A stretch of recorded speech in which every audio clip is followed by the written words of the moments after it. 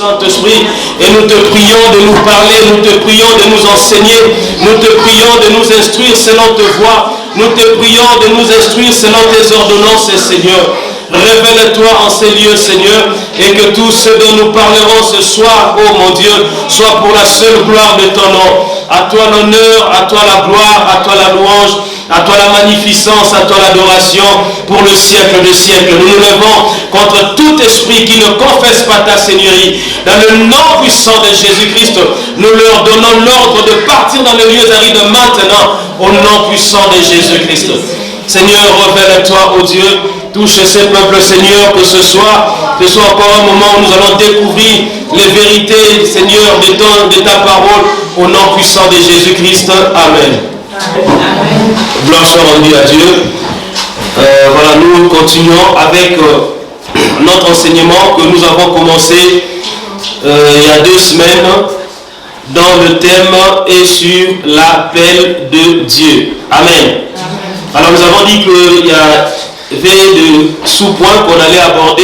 Le premier sous-point, c'était les généralités, où nous avons un peu expliqué c'était quoi l'appel de Dieu. Amen. Parce que lorsqu'on dit l'appel de Dieu, qu'est-ce que ça dit?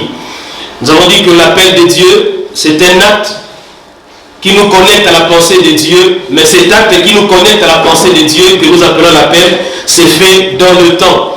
Mais avant que Dieu vienne nous appeler dans le temps, quel que soit l'appel dont nous sommes bénéficiaires de la part de Dieu, il y a d'abord certains actes qui nous connectent à la pensée de Dieu, dont le premier c'était la préconnaissance.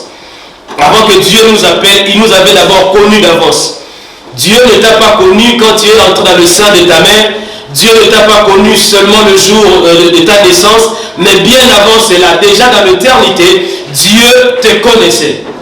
Amen. Et à part la préconnaissance, il y a la prédestination. C'est-à-dire que la prédestination, c'est le but que Dieu attache à l'existence de chaque personne dans ce monde. Tel que tu es là, tu as été créé pour un but. Dieu t'a envoyé dans le monde non seulement pour que tu puisses respirer, c'est-à-dire inspirer et puis expirer, et ensuite tu meurs. Non. Dieu t'a envoyé dans ce monde pour accomplir des choses. Donc il t'a connu d'avance, il t'a prédestiné, ensuite il vient dans le temps et il fait quoi? Il t'appelle. Maintenant, si tu réponds favorablement à l'appel de Dieu, c'est que Dieu avait prédestiné pour toi, ça va s'accomplir. Mais si soit tu ne comprends pas ou tu refuses de répondre à l'appel de Dieu, c'est que Dieu avait prédestiné pour toi, tu vas passer à côté de ton destin. C'est pourquoi il y a des gens qui vivent, mais qui ne vivent pas le but réel pour lequel Dieu les a créés. Pourquoi? Parce qu'ils n'ont pas répondu ou ils ont refusé l'appel de Dieu. Comprenez cela? Alors, on avait parlé sur les sortes d'appels. Nous avons dit que le premier appel et le plus grand appel qui existe, c'est l'appel au salut. C'est l'appel que Dieu a destiné à l'humanité tout entière. Dieu appelle tout le monde au salut. La Bible dit que la volonté de Dieu est que tous les hommes soient sauvés et qu'ils parviennent à la connaissance de la vérité. Alors s'il y a des gens qui vont encore en enfer, ce n'est pas la faute de Dieu. Dieu les a appelés, mais ils n'ont pas répondu à l'appel de Dieu. Et le fait de ne pas répondre à l'appel de Dieu, ça fait que le diable puisse nous faire vivre ce qui était destiné pour lui. Amen. Amen. Voilà. Et parmi les sortes d'appels, donc il y avait d'abord l'appel au salut. La fois passée, nous avons parlé sur l'appel au ministère. On avait dit qu'il y a combien de ministères d'autorité dans le Nouveau Testament? Amen. 5 ministères. Donc on a l'apôtre, on a le prophète, on a l'évangéliste, nous avons le docteur et le berger ou le pasteur. Et à part cela, nous avons l'appel au service. Alors aujourd'hui, nous sommes en train de continuer. Ceux qui n'étaient pas là, vous pouvez voir toutes ces choses sur notre page YouTube. Et vous pourrez... Alors aujourd'hui, nous allons avec notre 3e point. Comment reconnaître l'appel de Dieu dans sa vie? Comment tu peux reconnaître que ça c'est Dieu qui m'appelle? Amen. Ça peut paraître assez compliqué quand tu entends quelqu'un dire que Dieu m'a appelé. Ça veut dire quoi? Comment est-ce que Dieu appelle? Amen. Alléluia. Amen. Comment est-ce que Dieu appelle? Bon, Dieu nous a créés à son image et à sa ressemblance. Quand toi tu appelles quelqu'un, comment tu appelles cette personne-là? Par son prénom, par la bouche. Oui, par son prénom, mais toi comment tu l'appelles? Avec ta voix. Avec ta voix. Il y a la voix, même Dieu aussi a une voix. Amen. N'est-ce pas? Donc aujourd'hui, notre premier point, c'est la voix de Dieu. Amen. Amen. Vous savez, tel que tu es là, si tu appelles ton enfant, la voix que j'entends, c'est la voix de maman. Comment il peut reconnaître la voix de maman? Il doit d'abord connaître la voix. Et quand il connaît la voix, c'est alors qu'il pourra reconnaître la voix. C'est à cela que je suis en train de partir. Je parle d'abord de la voix de Dieu pour vous expliquer que même Dieu aussi a une voix. Pour reconnaître la voix de Dieu, il faut commencer par la connaître. Tu reconnais la voix de ton enfant quand tu connais cette voix. N'est-ce pas? Un autre enfant peut appeler là-bas, tu sais que celui qui appelle maman là, ça c'est pas mon fils. Pourquoi? Parce que ce n'est pas sa voix. Chacun de nous a une voix, n'est-ce pas? Et ceux qui te connaissent feront quoi? Ils connaissent ta voix, ils reconnaissent quand c'est toi qui parles, même s'ils ne te voient pas, même si c'est enregistré, mais ils savent que non, la voix que j'entends là, c'est la voix d'un tel. Pourquoi? Parce que je la connais. Amen, amen, amen. Pareillement avec la voix de Dieu, pour la reconnaître que là c'est Dieu qui a parlé, il faut d'abord connaître cette voix-là. Pourquoi? Parce que Dieu a une voix. Amen. Il a dit, celui qui a fait la bouche, ne parlera-t-il pas? Celui qui a créé l'oreille, n'entendra-t-il pas? Amen.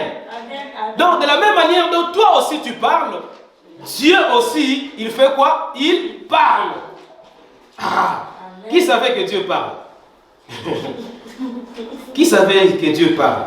Ou qui sait que Dieu parle? Amen. Alléluia. Donc, de la même manière dont toi tu parles, c'est de la même manière dont Dieu aussi parle. Mais maintenant, pour appréhender cette voix, il faut la connaître. Donc, aujourd'hui, nous parlons sur la voix de Dieu. N'est-ce pas? Nous parlons sur la voix de Dieu. Vous pouvez noter pour ceux qui sont en train de noter. Alors,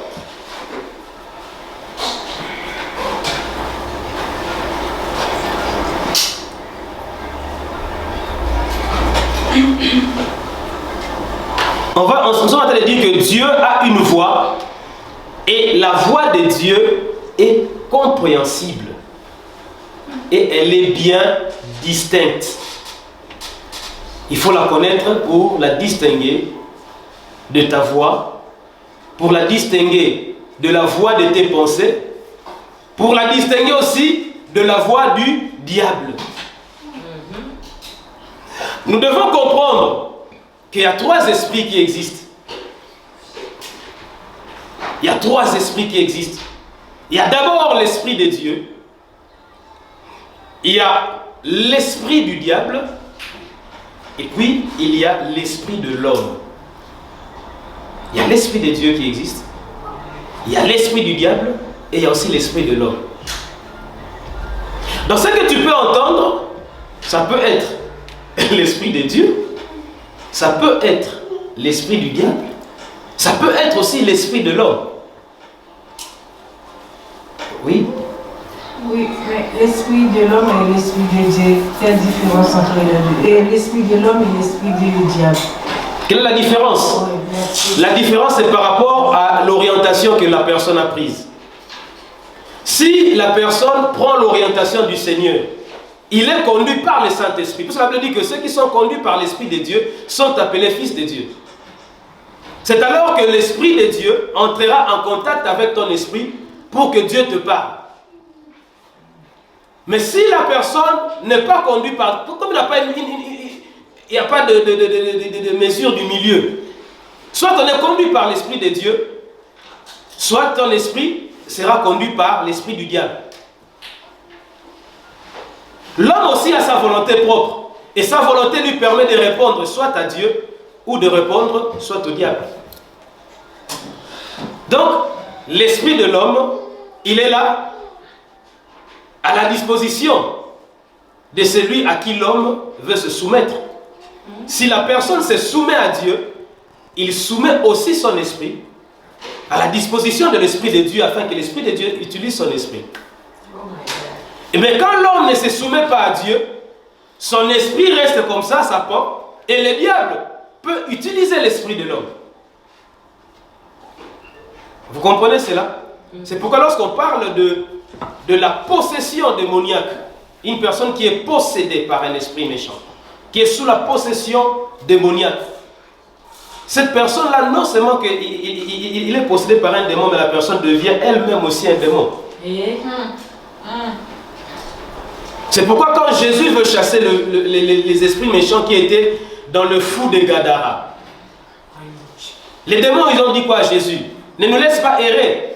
Regarde, il y a des porcs là-bas, envoie-nous entrer dans... Laisse-nous, permets-nous d'aller entrer dans ces porcs-là. Ils sont entrés dans ces porcs et les porcs ont fait quoi? Ils sont allés se jeter dans l'eau, dans la mer. Vous voyez? Donc c'est pourquoi on dit que Dieu a une voix. La voix de Dieu, elle est compréhensible.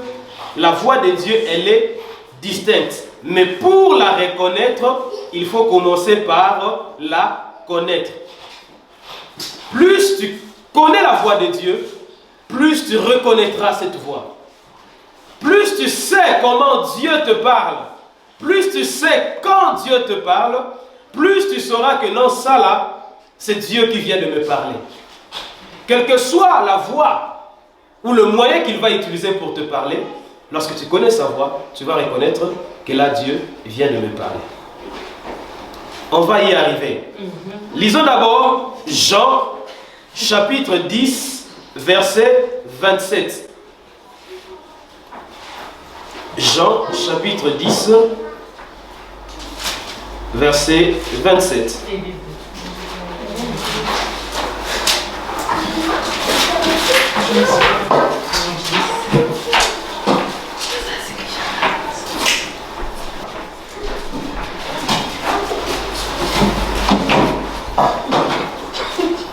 La Bible dit, vous avez trouvé? Amen.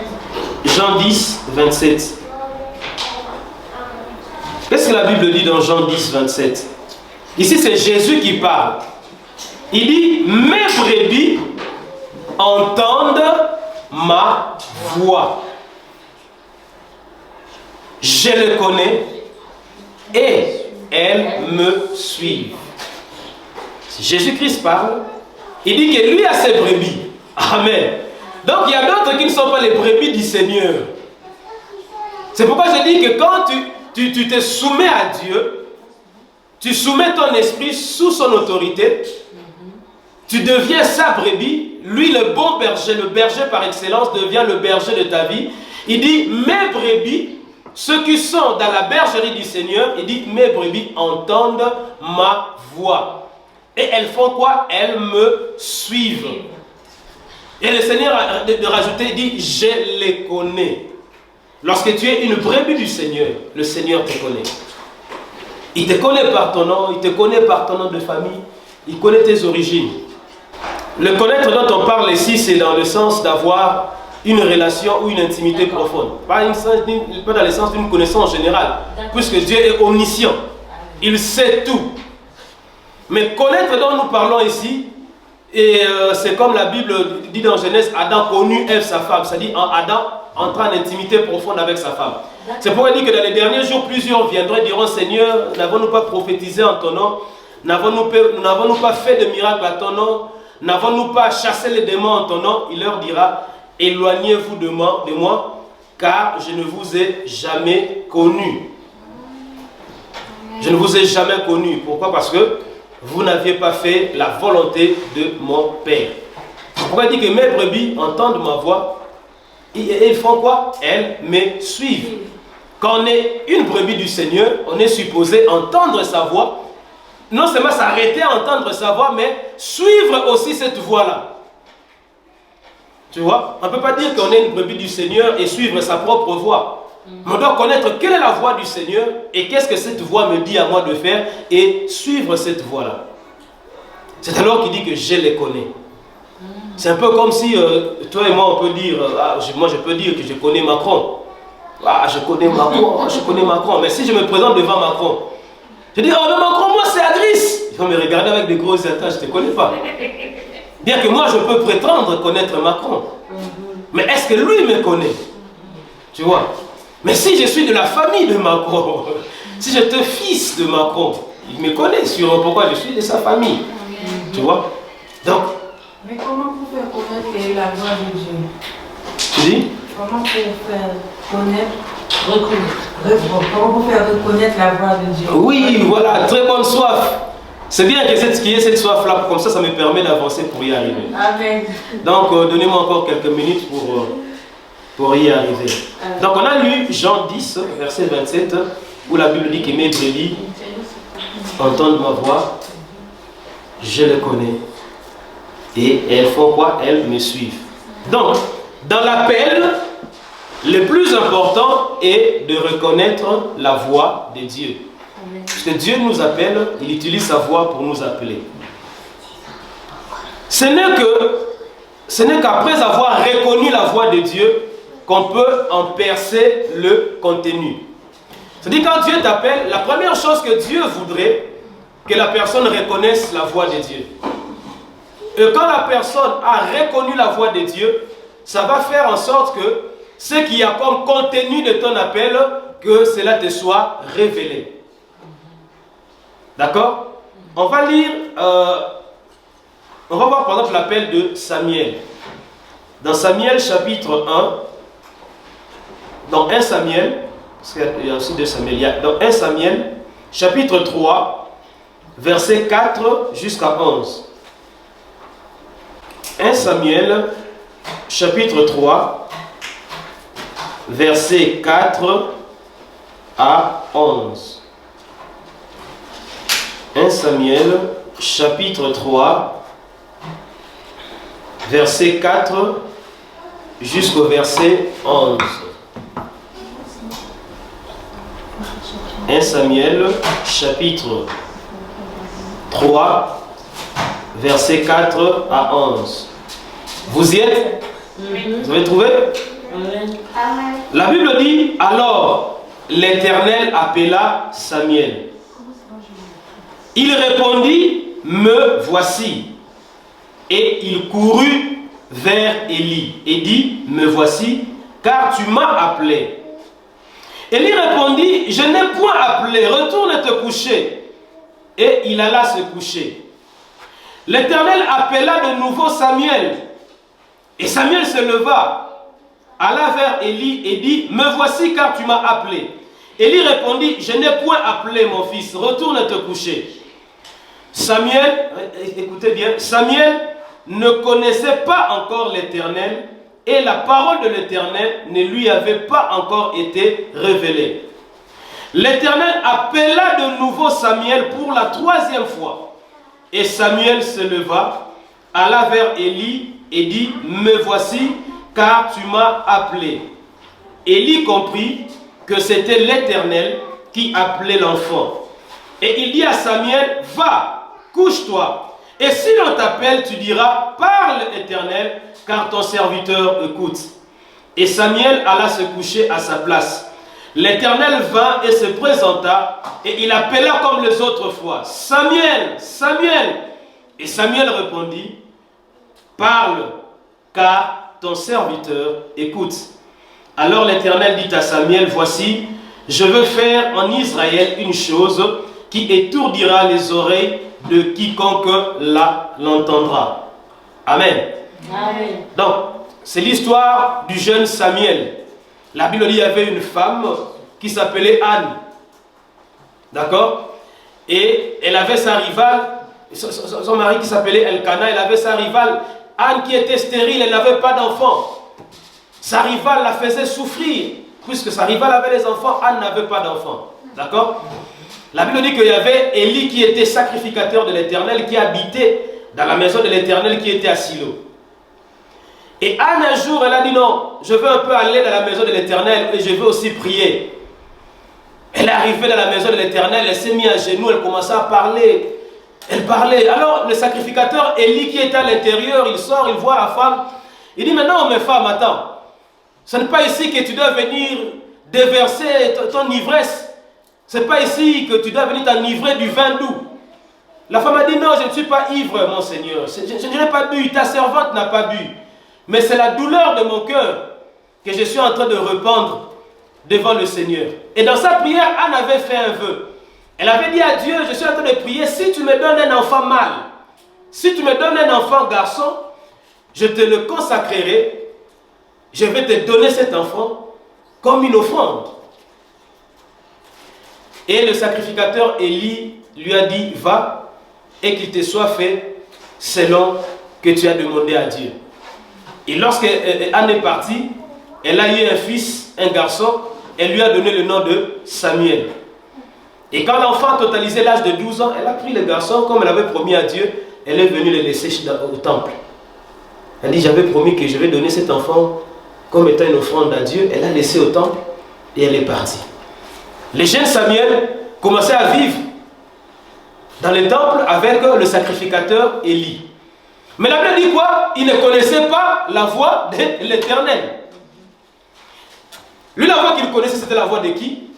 De Élie. Non, c'est Samuel. Il connaissait la voix de Élie. Élie qui était le vieux sacrificateur avec qui il vivait dans le temple. Alors un jour, la nuit, pendant qu'il dormait, il entend une voix l'appeler. Dans son sommeil, Samuel, Samuel. Il se lève. Il vient vers Élie. Mon père, tu m'as appelé. Le père dit non, je ne t'ai pas appelé. Retourne te coucher. Ah d'accord, j'ai cru entendre que tu m'as appelé. Il retourne et s'endort. Il entend encore une deuxième fois. Samuel, Samuel.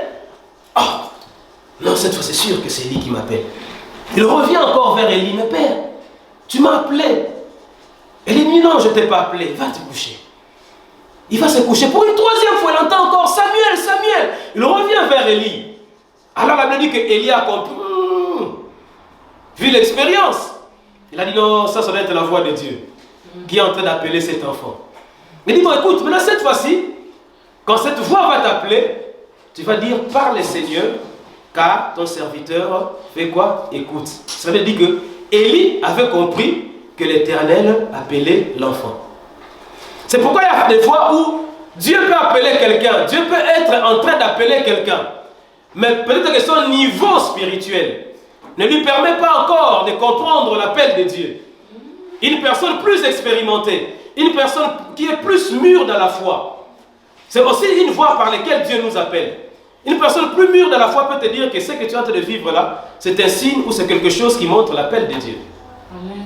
Tu vois? C'est pourquoi même dans la vie de la foi, on a des gens dans la foi un peu plus expérimentés, un peu plus mûrs dans la foi, à qui peuvent aussi nous aider à comprendre l'appel de Dieu. Amen. Parce que ni t'étais Élie, je ne pense pas que Samuel aurait compris que là c'était la voix de Dieu. Tu vois? Juste c'est que Élie, qui était mûr là, dit non, non, non. Cette insistance là, je pense que Dieu aussi a eu à me parler comme ça. Non, cette fois-ci c'est l'appel, réponds comme ça. Et quand il a répondu, c'est alors que Dieu a commencé à faire quoi? À lui dévoiler le contenu de son appel. Il dit, voici, je vais faire en Israël une chose. Dieu m'a dit, Samuel, Samuel, voici, je vais faire en Israël une chose. Non, il appelle d'abord. Quand Samuel répond, c'est alors que Dieu commence maintenant à lui dévoiler ce qu'il va faire. Ce n'est qu'après avoir répondu à l'appel de Dieu sur ta vie que Dieu va te dévoiler d'autres choses. Amen. Amen. Donc il faut d'abord identifier la voix de Dieu et aussi y répondre. Alors, maintenant, comment reconnaît-on la voix de Dieu? Puisque Dieu parle de plusieurs manières. On va expliquer un peu les différentes manières par lesquelles Dieu parle. Ok? Mais maintenant, de toutes ces manières-là, comment je vais faire la différence que, ça c'est Dieu qui m'a parlé? Parce que Dieu peut te parler par une personne. N'est-ce pas? Bon, une personne aussi peut venir vers toi et peut te donner juste son idée. N'est-ce pas? Ça peut être son idée, sa façon de voir les choses. Mais comment je peux reconnaître que non? Ah, non, ça c'était pas... Non, c'est vrai que c'était la sœur Viviane, mais je crois que c'est Dieu seulement qui l'a utilisé pour me parler. La Bible dit que Dieu avait utilisé même un animal dans la Bible pour parler. Vous savez ça? Vous connaissez l'histoire du prophète Balaam? Oui. Qui a déjà entendu parler de l'histoire de Balaam? Ok. Balaam, il fut un prophète. Ok? Balaam fut un prophète. Et la Bible dit que quand Israël s'avançait, un peuple fort qu'ils étaient, alors il y a eu un roi qui est venu voir ce prophète qui s'appelait Balaam. Il était un vrai prophète, d'accord? Mais malgré qu'il était un vrai prophète, mais il aimait beaucoup l'argent. Hein? Ça, c'est dans le livre de Nombre. Nombre, chapitre 22. Attends, on va lire un peu ça, d'accord? On va voir que Dieu a même parlé par la bouche d'un animal. Nombre 22.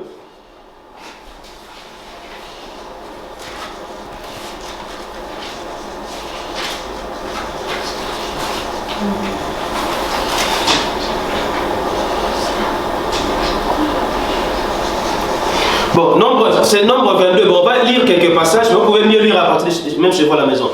Les enfants d'Israël partirent, ils campèrent dans les plaines de Moab, au-delà du Jourdain, vis-à-vis de Jéricho. Balak, fils de Tsippor, vit tout ce qu'Israël avait fait aux Amoréens. Et Moab fut très effrayé en face d'un peuple aussi nombreux.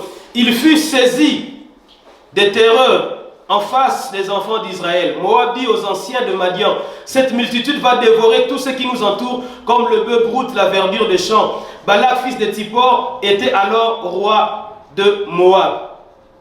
Il envoie des messagers auprès de Balaam, fils de Béor, à Pétor sur le fleuve dans le pays des fils de son peuple, afin de l'appeler et de lui dire, voici un peuple sorti d'Égypte, il couvre la surface de la terre et il habite vis-à-vis de moi. Viens, je te prie, maudis ce peuple, car il est plus puissant que moi. Peut-être ainsi je pourrais les battre et les chasserai du pays, car je sais que celui que tu bénis est béni, et que celui que tu maudis est maudit.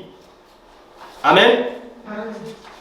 Bon, si on lit un peu plus en bas, on va voir que donc il y avait ces rois de Moab qui s'appelaient Balak, qui, voyant que Israël était très fort, ils étaient très puissants, il a envoyé des messagers pour aller voir Balaam, qui était un vrai prophète. Parce que la Bible dit que les gens qu'il bénissait étaient bénis, et les gens qu'il maudissait, ils étaient aussi quoi? Maudits. Alors, la Bible dit que Balak a envoyé des messagers vers Balaam pour demander à Balaam de faire quoi? D'aller maudire le peuple d'Israël. Au départ, Balaam avait refusé de partir.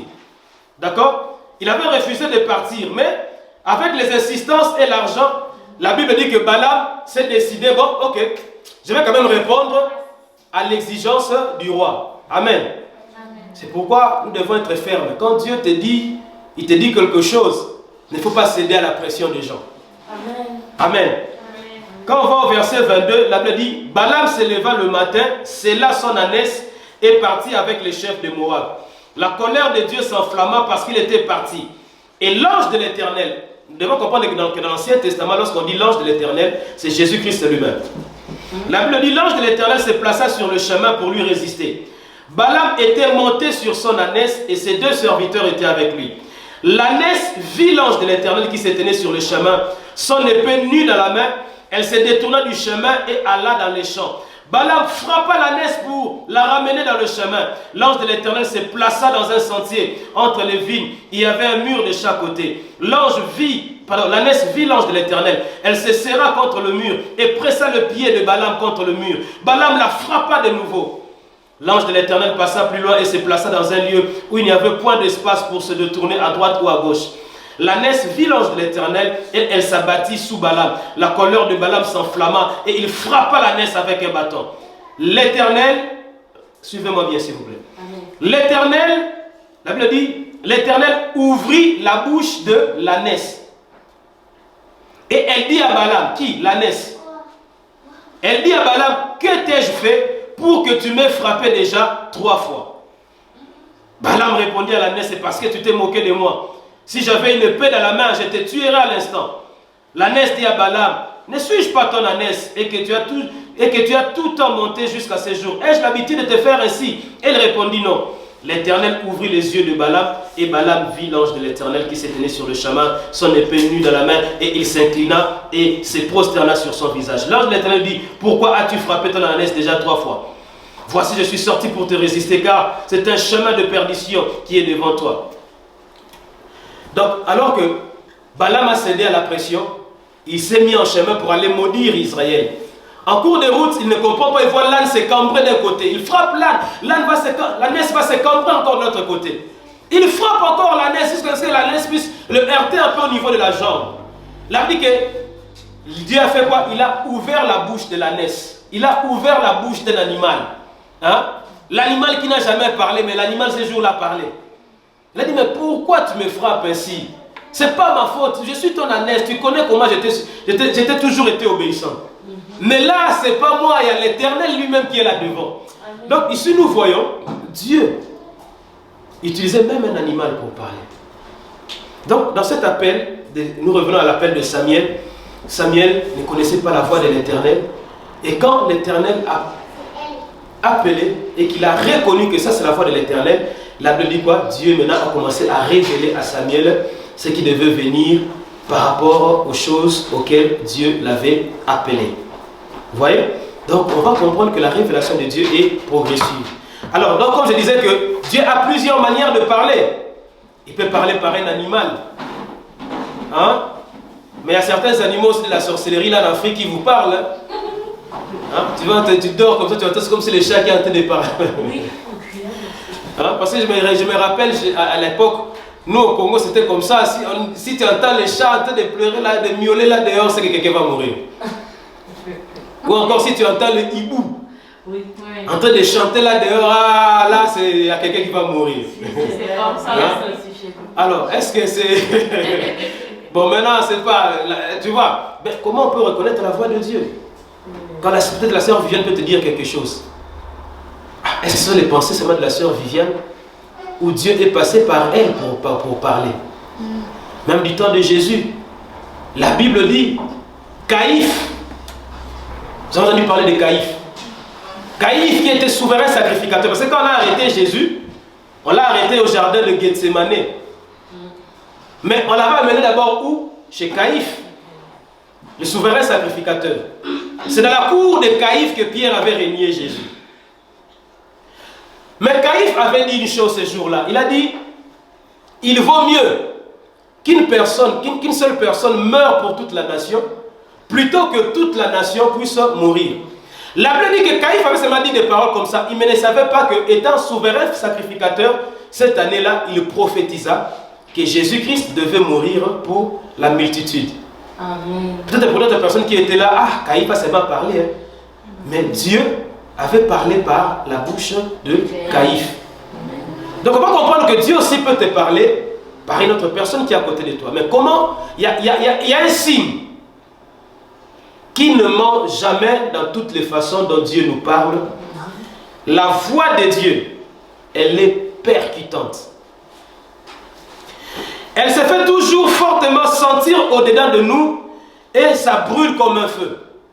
C'est-à-dire quand c'est Dieu qui t'a parlé, partout où tu pars, tu vas ressentir, c'est comme si non, ces paroles-là, ce n'est pas seulement des paroles comme des paroles en ordinaire. Tu vas sentir que non, il y a un peu une différence. Ah, je ne comprends pas. Aujourd'hui, la sœur Karen m'a dit quelque chose, mais ça fait qu'elle revienne dans moi. Tu vas sentir, ça brûle dans ton cœur là. Même les songes. Hein? Il y a de ces songes-là qui sont des messages de Dieu. Il y a d'autres songes qui naissent de la multitude des occupations. Parce que la Bible dit que c'est de la multitude des occupations qui viennent. Ce n'est pas tout songe ou tout rêve qui est un message de Dieu.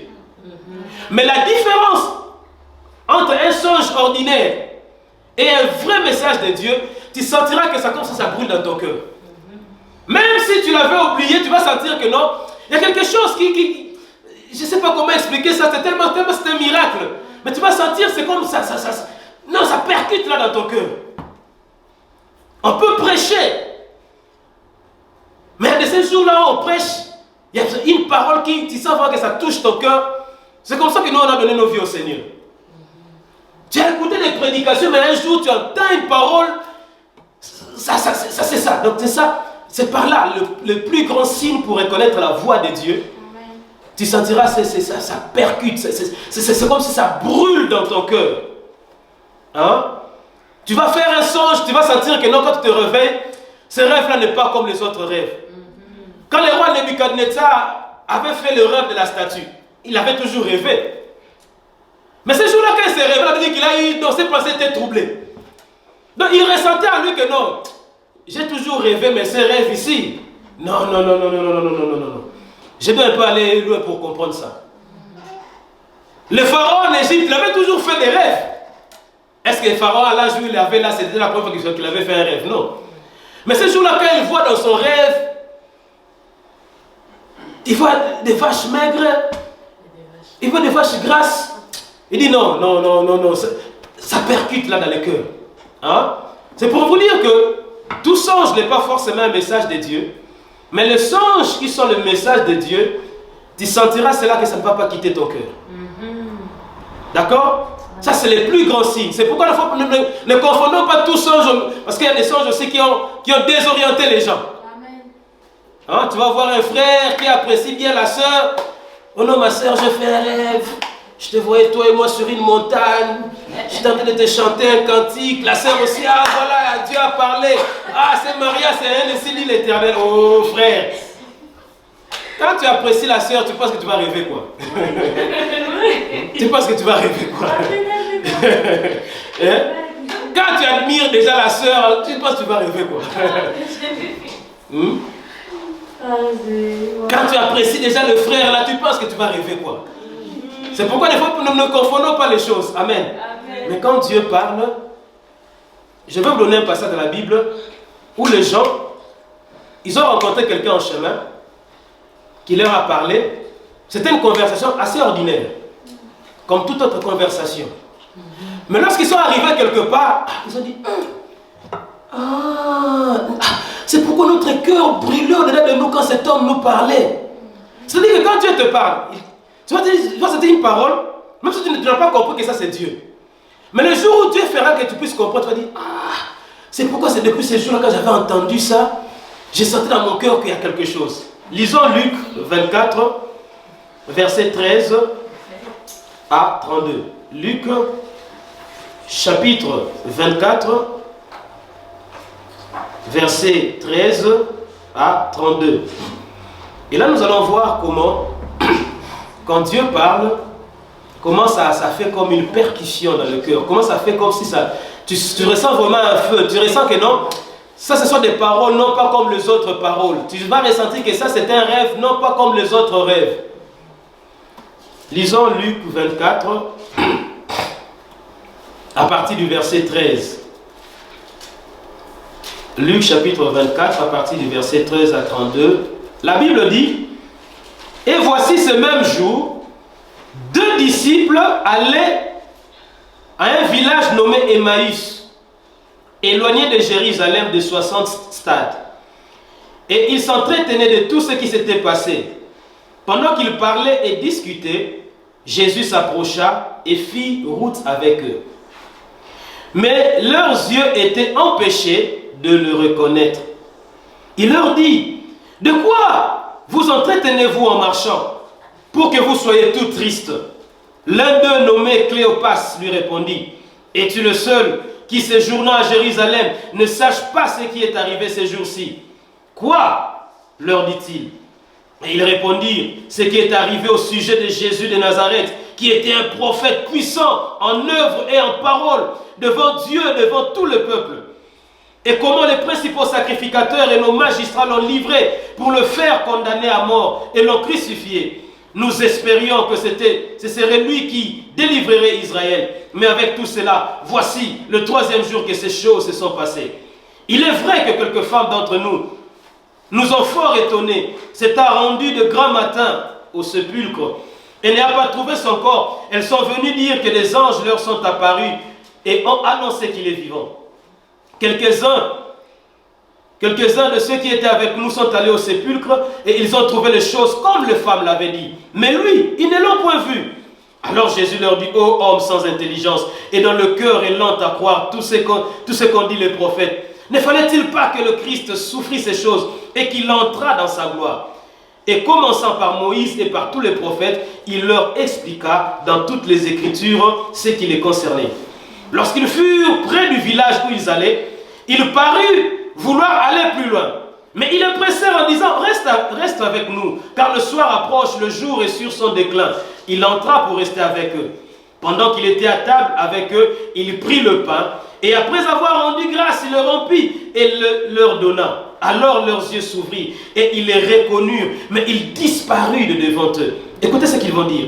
Et ils se dirent l'un à l'autre, notre cœur ne brûlait-il pas au-dedans de nous, lorsqu'il nous parlait en chemin, et nous expliquait les Écritures? Amen. Amen. La Bible dit, après la résurrection de Jésus, il y a eu des disciples qui se rendaient à Emmaüs, qui était à une trentaine de kilomètres de Jérusalem. D'accord? Alors, en cours de chemin faisant, ces deux disciples, ils étaient en train de causer. D'accord?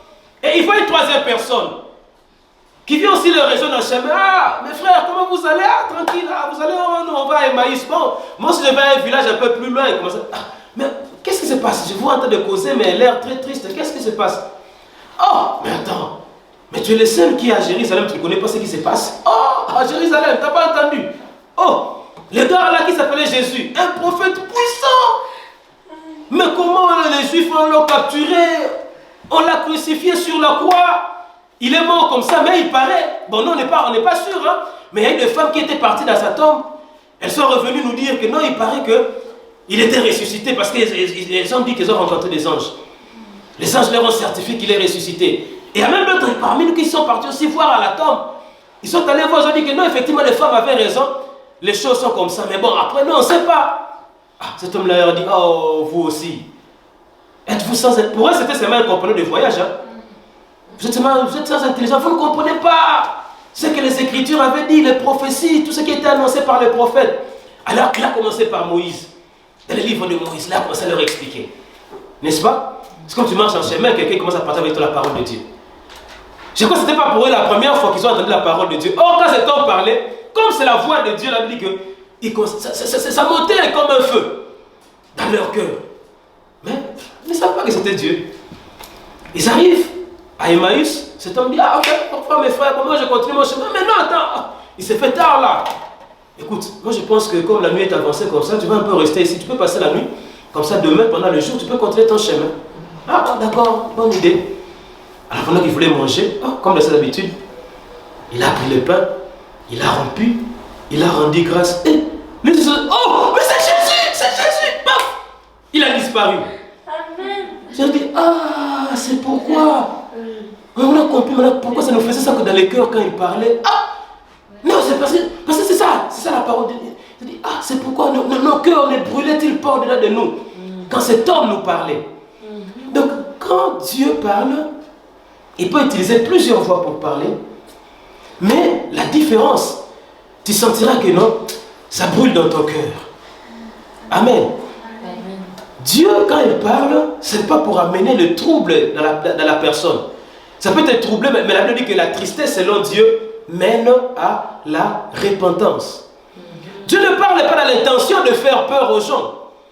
Dieu parle toujours dans l'intention de faire quoi? D'attirer les gens vers lui. Amen. Vous comprenez? C'est pourquoi notre Dieu, il n'est pas le Dieu qui est derrière les menaces.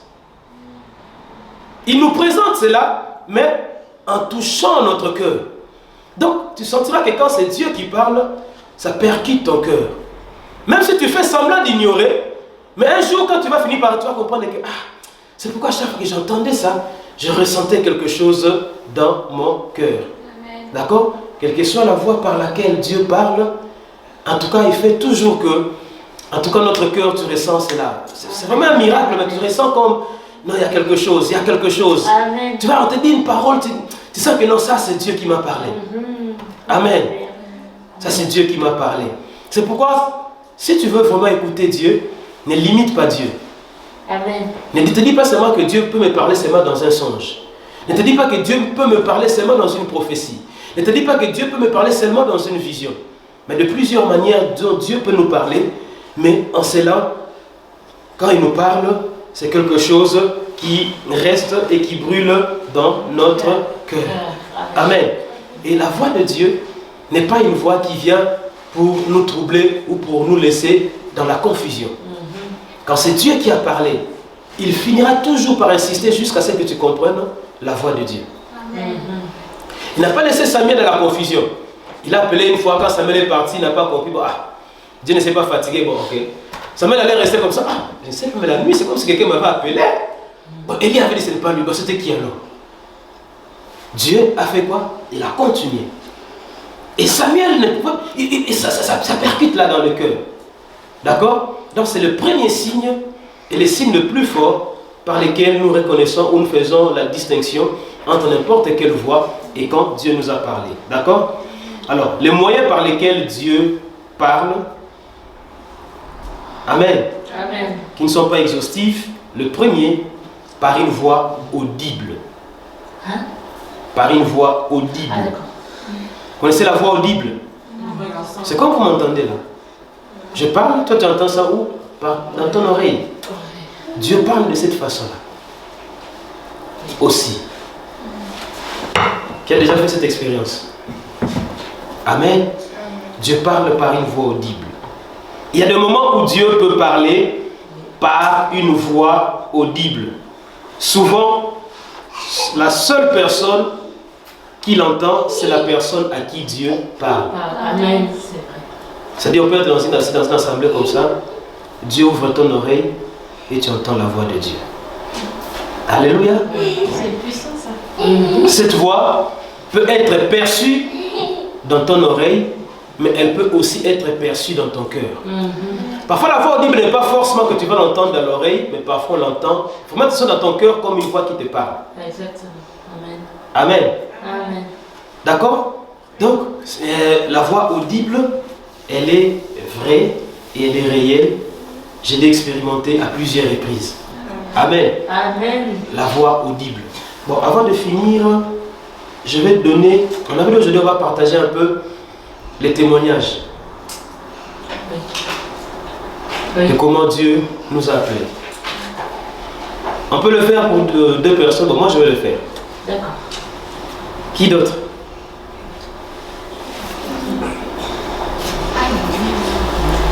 C'est-à-dire comment Dieu nous a appelés. Ouais. Bon, je disais, Dieu parle par une voix audible. Oui. Premièrement. Deuxièmement, Dieu parle par une connaissance supernaturelle du ciel. Ceci vient comme une forte sensation de la connaissance. Et elle vient de manière subite ou soudaine sans avoir pensé. C'est ça même que la Bible appelle la parole de connaissance. Amen. Amen.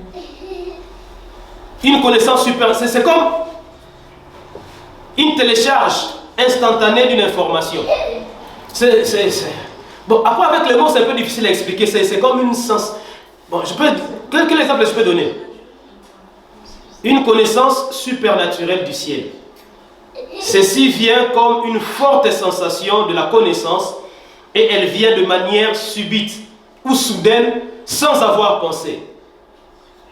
Bon, je vais vous expliquer ça un peu avec, sur un aspect purement naturel. Hein? Est-ce qu'il vous est déjà arrivé? Tu entres quelque part. D'accord? Quelqu'un a fumé ici. D'accord? Tu ne peux pas penser à ça. Mais tu ressens vraiment. Quelqu'un a fumé ici. D'accord? Tu vois peut-être quelqu'un venir, surtout quand on était des petits, c'est comme si nos mamans avaient un peu la sorcellerie là. Tu as fait quelque chose de mal, ta maman te voit. Toi tu as fait quoi? Hein? Même sur le plan naturel ça existe. Alors Dieu aussi utilise cette façon de parler. Souvent dans des paroles de connaissance. Tu es là comme ça, paf, tu rencontres quelqu'un. Ma soeur, tu as un problème? Non, je n'ai rien. Je ne sais pas, je ressens, c'est comme si tu as un problème. En fait, ma soeur, oui, vraiment, oui, j'ai un problème. Ça vous est déjà arrivé? Oui, oui. C'est aussi une façon par laquelle Dieu parle. Ça vient comme ça. Tu vois? Subitement, tu n'as pas pensé. Paf! Tu ressens cela. Tu voulais sortir. Tu passais, mais entre péché. Tu ressens comme si, entre péché les pasteurs. Entre péché, tu arrives chez ta soeur, tu la trouves aussi avec un problème, en train de pleurer. Je ne savais pas si tu vas prévu, j'étais en train de passer, mais j'ai ressenti comme une voix. On le lit souvent comme ça. Comme une voix qui m'a dit de venir un peu te voir. Et j'arrive, voilà ce que je trouve. C'est aussi cette connaissance supernaturelle du ciel, comme une forte sensation. Hein? Comme je dis que même sur le plan naturel, ça existe. Mais maintenant, à plus forte raison, Dieu l'utilise de manière miraculeuse. Hein, comme je dis que moi, je me rappelle, par exemple, quand il est arrivé à un moment donné, quelqu'un est venu me dire, non, il faut voler l'argent chez vous, et puis tu viens avec, parce que nous, on peut fabriquer des billets de dollars. Mais ce truc-là, c'est comme un serpent qui s'est mort la queue. Donc tu es dans un cycle infernal. J'ai pris un peu l'argent, j'ai volé l'argent à la maison, et avec le peu que j'avais, si ça donné à ces farceurs-là, il achète d'abord un produit. Ce produit, c'est comme un liquide là, et puis au-dessus, on a collé un truc là comme le billet de dollars. Mais il sait que si ces produits-là, s'il met ça dans le frigo, ça va s'éclater. Il me dit, tu vois, les produits, tu vois les 100 $ que tu avais donné avec ces produits-ci, on peut en reproduire encore 50 autres. Mais on va faire ça demain. Tu vas prendre ça, tu vas le mettre dans le frigo. Il ne faut pas mettre ça là, il fait très froid dans le frigo. Je mets dans le frigo, j'arrive, demain ça se casse. La bouteille se casse. Donc je sortais comme ça, j'ai même maigri. Je ne travaille pas, mais je sors tous les matins, c'est comme si je partais au boulot. Un jour, à la ma mère me regarde. Tu vois, qu'est-ce que tu es en train de faire toi comme ça? Je n'ai rien fait. Comment tu es devenu comme ça? Tu vois? Naturellement, c'est comme une sensation de quelque chose qui ne va pas. D'accord? C'est aussi des voies par lesquelles Dieu nous parle. Une connaissance supernaturelle qui se télécharge un peu comme ça. Troisièmement, une révélation qui s'étale dans le temps. Elle n'est pas soudaine, mais elle vient au fur et à mesure. Déjà par des petites choses, jusqu'à ce qu'à un moment donné tu comprennes, oh, Dieu voulait me dire ça. Mais ça s'étale dans le temps. Au début, tu ne comprends pas, mais au fur et à mesure, elle peut venir sous forme d'une pensée. Que peut-être au départ, tu penses que c'est ta propre pensée. Mais tu vois, au fur et à mesure, tu te dis, mais non, c'était pas ma pensée. Si Dieu avait voulu que je fasse ça, c'était ça la volonté de Dieu. N'est-ce pas? Moi, je vais vous dire comment moi, j'étais au Congo. Je faisais mes études en droit et tout ça. Chaque matin, je passais d'abord à l'église, on avait les cultes matinales, après je partais. Un jour, après les cultes matinales, c'est comme une fois qu'il a parlé dans mon cœur. Il faut partir en Afrique du Sud. On était là avec les anciens de l'église, les autres pasteurs, je leur ai dit, moi je pense qu'on va partir, je vais partir en Afrique du Sud. Du coup, il y avait un pasteur qui était là, il dit, mais je sais comment on fait pour aller. D'ailleurs, mes parents sont le Bumbashi, moi j'étais parti même jusqu'à